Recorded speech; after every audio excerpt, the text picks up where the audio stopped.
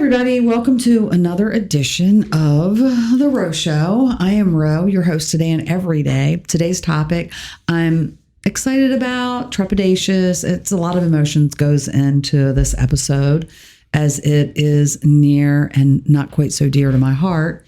Today's episode is about childhood trauma and how that affects us as adults. My co-host today is Tayler. Hello. And we're going to talk about some forms of childhood trauma that we've both experienced and how that has affected us as we've moved into adulthood. Some of us are clearly way into adulthood. And what we've done to help cope with childhood trauma in our everyday lives. Anyway, welcome, Tayler. Hello. How are Thanks you? for having me. I'm good. Are you as trepidatious about this episode as I am? It makes me nervous. Yep. Why there. so? Tell me why. Why? Just talking about it, but it's what you have to do. You really do. You have to talk about it. Yep.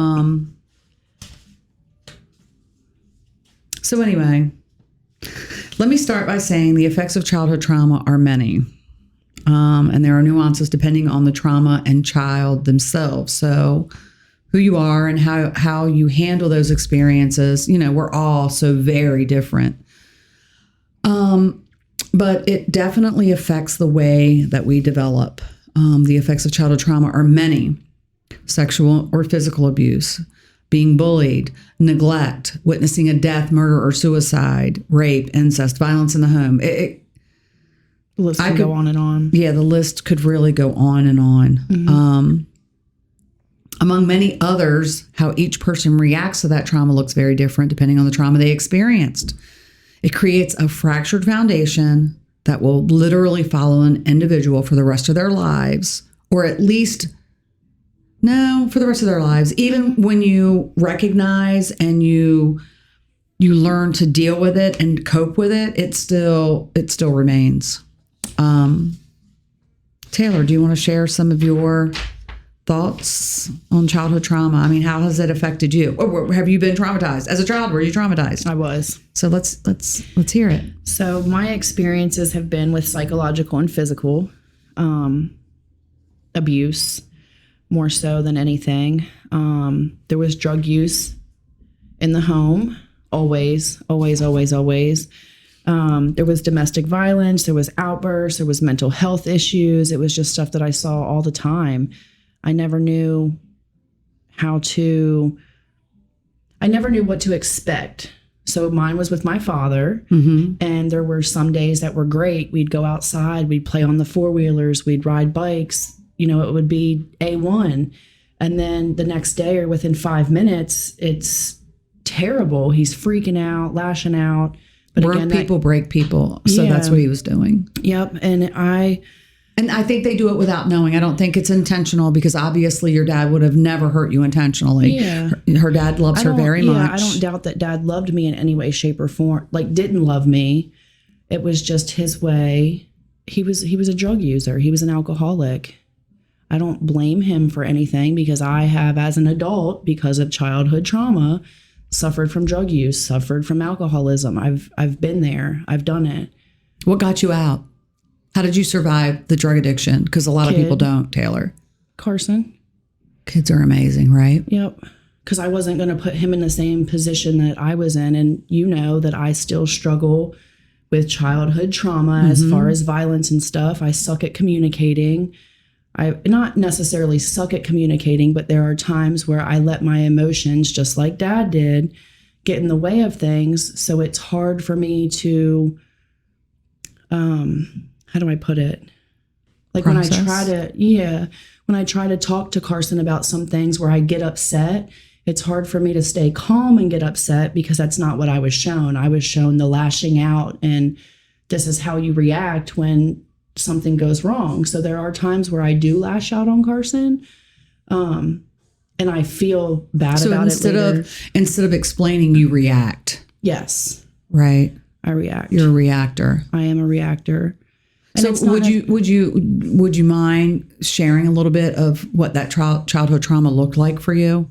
Yeah. So Dad was very abusive. He always put his hands on myself, my stepmom. He was always just very violent, very, very, very violent. Nothing you did was ever good enough. And do you find that you've picked up some of those traits? Yeah, I do. I have really bad anxiety from a lot of things. I suffer from depression. I suffer from a lot of things that I think which are all effects of childhood trauma, long-term effects of childhood trauma. Yeah. So depression, drug use, low self-esteem. I'm a people pleaser. I feel like constantly I have to please people because that's one thing that I was always trying to do with Dad. I always felt like I needed to make him happy because if you didn't make him happy, there was consequences to that. And I find as an adult, I do try to please people a lot more than I should. A lot of people you know what I mean? I could care less about how they feel or... Because they're not worthy. Yeah. But in order for you to feel worthy... Yes, you have to please them in a way. So, yeah. Dad was very, very, very crazy. Me and Martha this morning were talking about... Martha's her stepmom. Yes. Still married to her father. Yep. And she had asked me this morning when we were talking about the childhood trauma. She asked if I was mad at her, if I resented her in a way for not saving me per se. But Martha tried her best to save me in situations like that, but all it did was get her hurt. Right. So whenever Dad would lash out on me or he would be beating me, Martha would step in and say, you can't do that, don't hurt her. But then Dad would turn on Martha. So then it was me witnessing not only what he's doing to me, but now he's doing this to my stepmom. For what? It was all over minute stuff 90% of the time. Me and her this morning were talking about a clock incident. I was maybe in first or second grade, and Dad was teaching me how to read a clock, something so little. We were sitting at the kitchen table, and I wasn't getting it. I was just not getting how to read a clock. And he ended up grabbing the clock off the wall and just throwing it in the kitchen, slamming it up against the wall. He threw it, broke it, and just started freaking out, all because I didn't get it. You know what I mean? It was just always He got frustrated. Yeah, very hostile. Very, very, very hostile. You just never knew. You never knew what you were going to get from him. Never. There was the one time you guys had met at the bridge. And you mention this quite often. And it's the abandonment. It was traumatic. And he got me halfway home and then turned around and said, I'm taking you back. And he took me back, dropped me off at the Kmart. And there I was standing out the front door of a Kmart. An hour and a half away from both parents at this point. Yep. And it was only for a short period of time. And then he came back and got me. I don't even think he ever left the parking lot, but it was still the principle. Why would you do that? How can you do that to your child? I think a lot of times parents look at them as hard lessons, but they don't realize that they're traumatic lessons and that they shape us. They fracture. Yeah. They fracture. It's fucked up. Yeah, I agree. Yeah. So as a parent, I have to ask, why did you stay? Why didn't you come home? Why didn't you come home to me? Because I was afraid of him.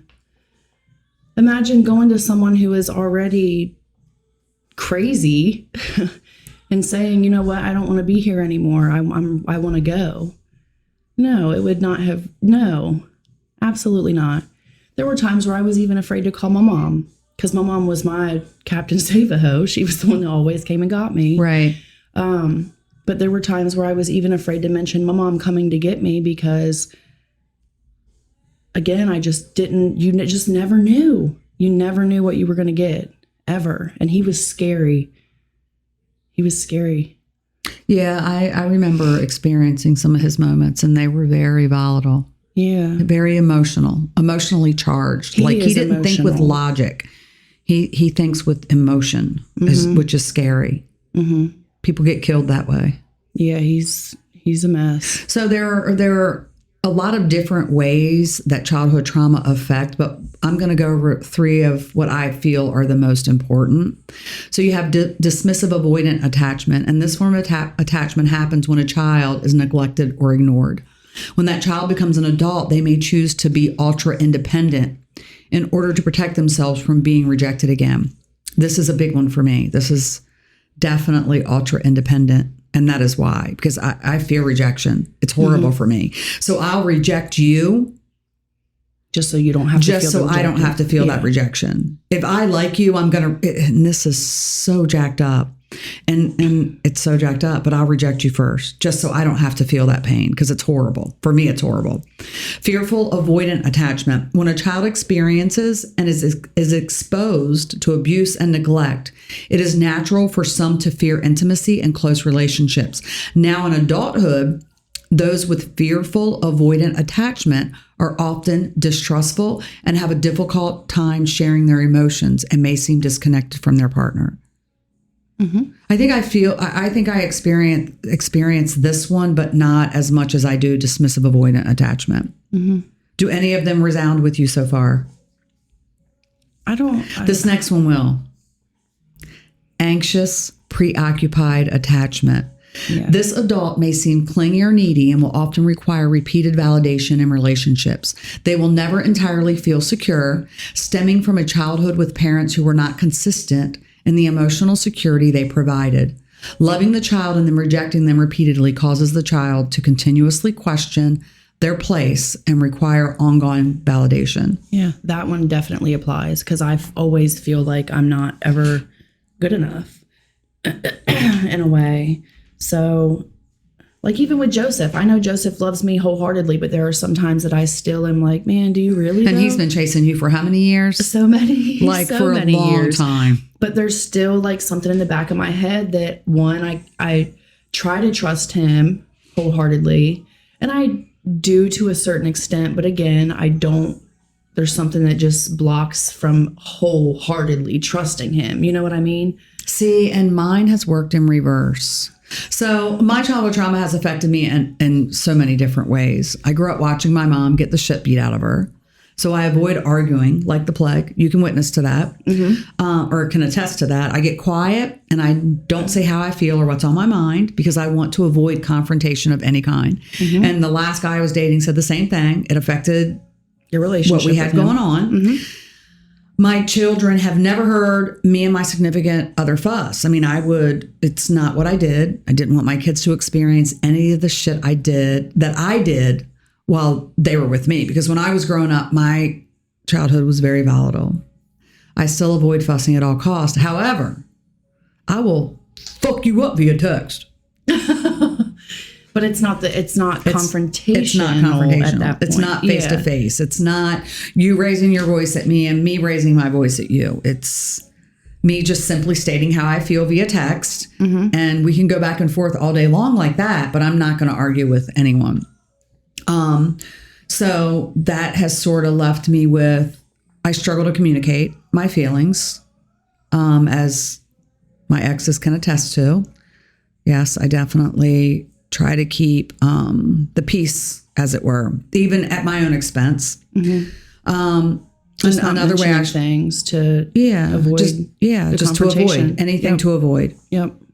My mom and dad were never married, and there were no visitation, as I wasn't allowed to go to my dad's house. You know, we pay for the sins of our parents, and boy, did I pay. So when my dad would come see me, the visits took place sitting in his truck, and he was always very drunk. I've also lived with alcohol and drug addiction exposure my whole entire life. And these visits, I'm sure, as you can imagine, were very uncomfortable. I haven't really figured out how this has affected me, because that wound is still too sore for me to dig into. Mm-hmm. But I will say this, I never felt very deserving of anything. I had absolutely no self-worth. And this over the years has definitely allowed people access to my life that had I known my worth, I would have never even looked at, let alone dated or even entertained in any way, shape, or form. I would say that because of this, my judgment of character leaves a lot to be desired. But you also witnessed a lot as a child from my mom, and just how she was treated too, I'm sure has an effect on it. Watching someone treat her that way constantly, I mean, it's got to have it's a cycle. Sort of... So my mom was sexually abused. And so there are three ways you can go, I feel, when you've experienced any type of abuse. You can go the extra mile to protect your children from that, like overboard.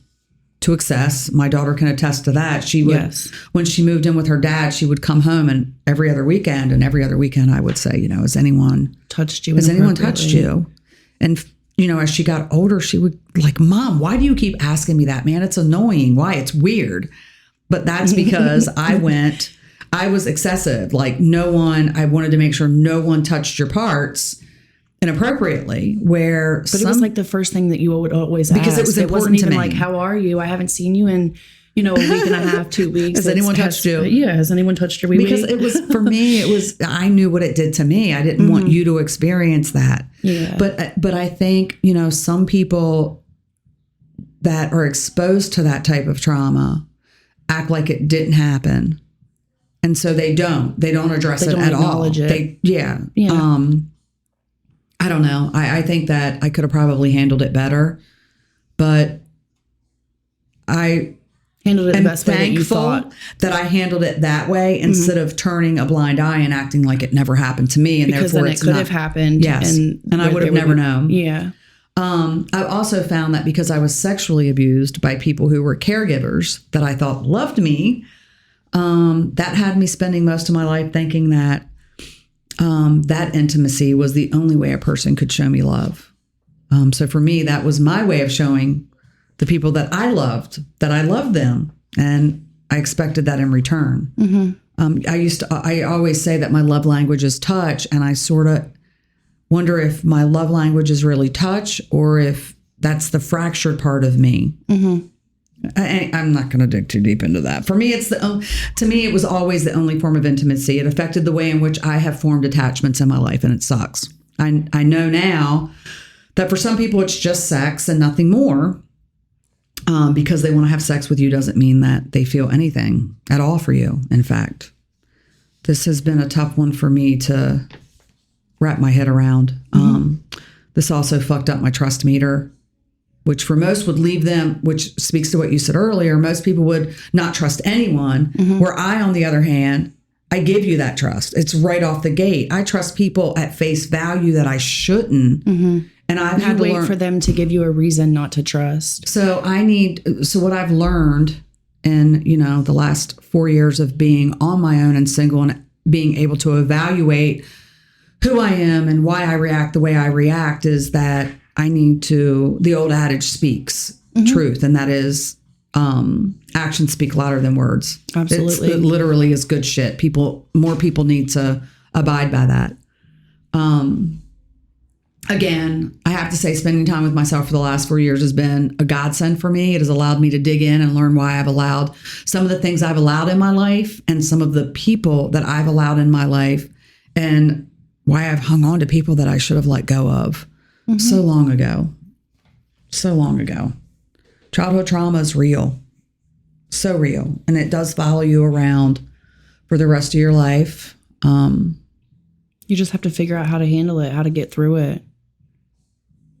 I agree. But even still, like, there are times just every day something happens where you're like, damn, I could have handled that better. Yeah, there's triggers. But it's good that you can reflect and go, you know what? I could have handled that differently. And so looking back for me, I really wish that I hadn't, I feel like that because I sheltered you kids, you don't know. Well, I'm not going to speak to you because you were with your dad for several years. But for example, my oldest son doesn't know how to deal with stress or trauma or arguing or anything. Yeah. Whereas I was put in survival mode. I had to figure it out. You could put me in a life or death situation. I'm going to figure it out. Ty's going to fold. He's not going to know what to do. He's going to freeze. That's a better word. T-Bone, we're not going to say you folded. Oh, yeah. We're going to, because we know you're sensitive. But really, he'll freeze. I can handle situations a lot better than Ty and Gavin. Neither one of them were, Gavin wasn't put in any traumatic. No, Gavin would fold like a dish towel. Very emotional. He's very emotional. Very, very emotional. But some could say that is due to me. When Gavin was 5, he and abandonment issues. Myself and his father separated, and I left him with his father because he was halfway through the school year. For good reason. Halfway through the school year, and I just didn't think his father could handle Losing that all of loss, us. everything. And I, Gavin and I have talked about it, and he struggles. Okay, Taylor and I had to take a little moment because that hits a little close to home. Mm-hmm. Gavin struggled with that separation. We all did. It affected all of us. It's hard to explain to your children that you're taking the two older children because they're older and you're leaving the younger one behind. He just didn't understand. He didn't understand. But he finally came. Do we need to take another break? Yeah. Yeah. So look, at the end of the day, we're back again. I'm going to try not to sound like I've been sobbing for the last 15 minutes, which probably have. Right. At the end of the day, folks, just pay attention. You think you're making good decisions, but those good decisions are for you, not necessarily for the people that you love in your life. I made what I thought was a good decision at the time and did not think about the long-term effects on my child or my children. Childhood trauma. Sometimes we inflict that on the people that we love and don't even realize that we're doing it. Right. All for a good cause. Yep. Sometimes for selfish reasons. Yep. So how did you overcome your trauma? Honestly, Taylor, I'm still trying to overcome my trauma. I have to say that, again, spending time with myself for the last 4 years has been a godsend. It's allowed me to dig in and learn why I do the things I do. I'm still trying to. Well, I think we're both trying to, but I would say learning patience, replacing your bad habits with good ones, or acknowledging when something has gone wrong. So like an example would be with Carson, because he's my go-to. There are some times where I do freak out on him about something little, and then I'll reflect back and say, I could have totally handled that differently. Right. And I'll go and apologize to him. But I always try to be aware of my habits.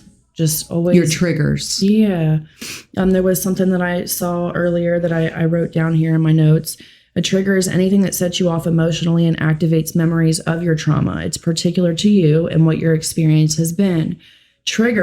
When triggered, we revert to the feelings and behaviors that we had in that traumatizing situation. Mm-hmm. And so true. Yeah, I agree with that wholeheartedly. There are times where you're put under pressure and you just, you react. Yeah, you react. You don't think, you just react.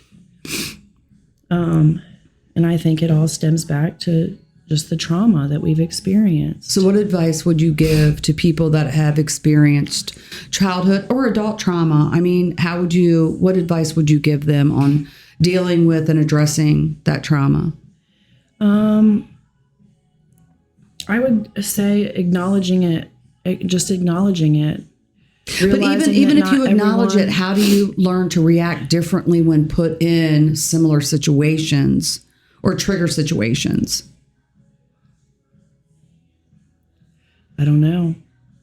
Like you and I were talking about earlier, maybe with anxiety, counting down, you know what I mean? 5, 4, 3, 2, 1, whatever. Or recognizing that you're being triggered and or just being patient with yourself. Not trying non-judgmental. That's the hardest thing. Yeah. We're so hard on ourselves.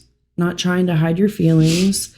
And just understanding what you've been through. And you, like you said, you're a fractured person. You're not broken, but you're fractured. You've got fucked up issues and you just have to get through them. You have to figure out how to handle situations and how to not lash out or be a certain type of way or feel the anxiety or, Yeah.